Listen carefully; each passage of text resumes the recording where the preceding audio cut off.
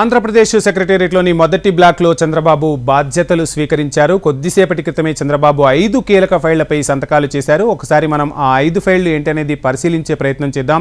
Mega డిఎస్సిపై తొలి సంతకం చేశారు చంద్రబాబు. ఏదైతే హామీ ఇచ్చారో దానిపై మొదటి సంతకాన్ని చేశారు. ల్యాండ్ టైటిలింగ్ చట్టాన్ని రద్దు చేస్తూ రెండో సంతకాన్ని చేశారు చంద్రబాబు.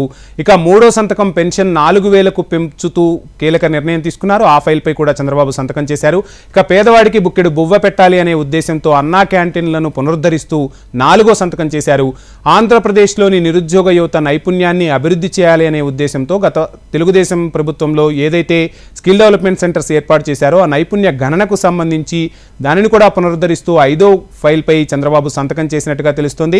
కొద్దిసేపటి క్రితమే తన మంత్రివర్గ సహచరులతో ఆంధ్రప్రదేశ్ సెక్రటేరియట్లోని మొదటి బ్లాక్కు చేరుకున్నారు చంద్రబాబు. ఆ బ్లాక్కు చేరుకున్న తర్వాత అర్చకులు స్వాగతం పలికారు చంద్రబాబుకు పూర్ణ కుంభంతో. వేద మంత్రోచ్చరణల మధ్య చంద్రబాబు బాధ్యతలు స్వీకరించారు. ఇక బాధ్యతలు స్వీకరించిన పిదప 5 ఫైళ్లపై ఏదైతే మేనిఫెస్టోలో చెప్పిన విధంగా కూటమి నాయకులతో చర్చించిన విధంగా ఏదైతే 5 ఫైళ్లు ఉన్నాయో ఆ 5 ఫైళ్లపై చంద్రబాబు సంతకం చేశారు. ఆ సంతకాల విజువల్స్ను కూడా మనం హెచ్ఎంటీవీ స్క్రీన్పై చూస్తున్నాం. ఇక ఆ తర్వాత మంత్రివర్గ సహచరులతో కాసేపు ముచ్చటిస్తూ ఉన్నారు. అదేవిధంగా పెన్షనర్లకు సంబంధించి అక్కడికి వచ్చిన రైతులు విద్యార్థులతో కూడా చంద్రబాబు మాట్లాడుతున్న దృశ్యాలను మనం చూస్తూ ఉన్నాం. సచివాలయ సిబ్బంది అధికారులు ఈ ఫైల్స్కి సంబంధించిన అన్ని ఏర్పాట్లు పూర్తి చేశారు. ఇక మొదట 5 ఫైళ్లపై అయితే చంద్రబాబు సంతకం చేసి బాధ్యతలను స్వీకరించారు. 5 కీలక ఫైళ్లపై చంద్రబాబు ఈరోజు సంతకాలు చేశారు. ఇక మంత్రివర్గ కూర్పు అదేవిధంగా శాఖలు వీటన్నింటికి సంబంధించి కూడా మరి కాసేపట్లోనే పూర్తి వివరాలు కూడా వెల్లడయ్యే అవకాశం ఉంది. ఇక చంద్రబాబు తన మార్కు పరిపాలనను చూపించబోతూ ఉన్నారు. ఆంధ్రప్రదేశ్ చాలా కష్టాల్లో ఉందని చెప్పి ప్రజలు చెప్తూ ఉన్నారు. ఈ కష్టాలను గట్టెక్కించేందుకు కూటమి ఏ విధంగా ముందుకు వెళ్తుంది అని ప్రజలు కూడా ఆసక్తిగా ఎదురు చూస్తూ ఉన్నారు. ఇక ఎన్నో రోజులుగా రాజధానికి సంబంధించి కానీ అదేవిధంగా ఆంధ్రప్రదేశ్ అభివృద్ధికి సంబంధించి కానీ వడివడిగా అడుగులు పడాలని చూస్తున్న ప్రజలకు చంద్రబాబు తన మార్కు పాలనను చూపించబోతున్నారు.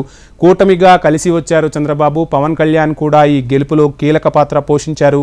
సో అంతా తానై నడిపించారు చంద్రబాబు, పవన్ కళ్యాణ్. అదేవిధంగా బీజేపీ కూడా కూటమికి సపోర్ట్ చేస్తూ వచ్చింది, కూటమిలో భాగస్వామ్యమైంది. నిన్న ప్రధానమంత్రి కూడా ఇక్కడికి వచ్చారు. సో పెద్ద ఎత్తున ఆంధ్రప్రదేశ్కి అయితే నిధులు రావాల్సి ఉంటుంది, అభివృద్ధి చెందాలి, రాజధాని నిర్మాణం జరగాలి. అదేవిధంగా ఆంధ్రప్రదేశ్కు పోలవరాన్ని జీవనాడిగా చెప్తూ ఉంటారు. అటువంటి పోలవరాన్ని కూడా పూర్తి చేసుకోవాల్సిన సందర్భం ఉంది. విశాఖ స్టీల్ ప్లాంట్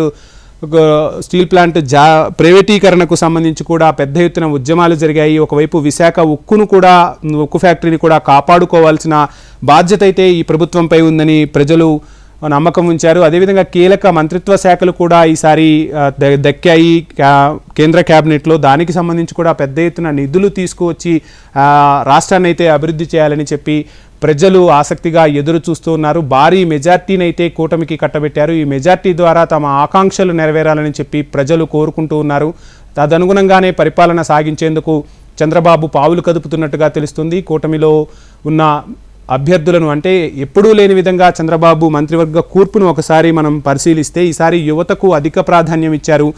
ఇంతవరకు మంత్రివర్గ బాధ్యతలు చేపట్టని కొత్త వారికి కూడా బాధ్యతలు అప్పగించడం ద్వారా యువతకు ఏ విధమైన ప్రాధాన్యం ఇస్తున్నామనేది చెప్పకనే చెప్పారు అనేది రాజకీయ విశ్లేషకుల నుంచి మేధావుల నుంచి వినిపిస్తున్న మాట. సో మొత్తంగా మంత్రివర్గ కూర్పు కూడా అయిపోయింది. శాఖల కేటాయింపు జరిగిన తర్వాత తన మార్కు పరిపాలనతో ఆంధ్రప్రదేశ్ను అభివృద్ధి పదంలో నడిపించాలని యావత్ తెలుగు ప్రజలు కూడా కోరుకుంటూ ఉన్నారు.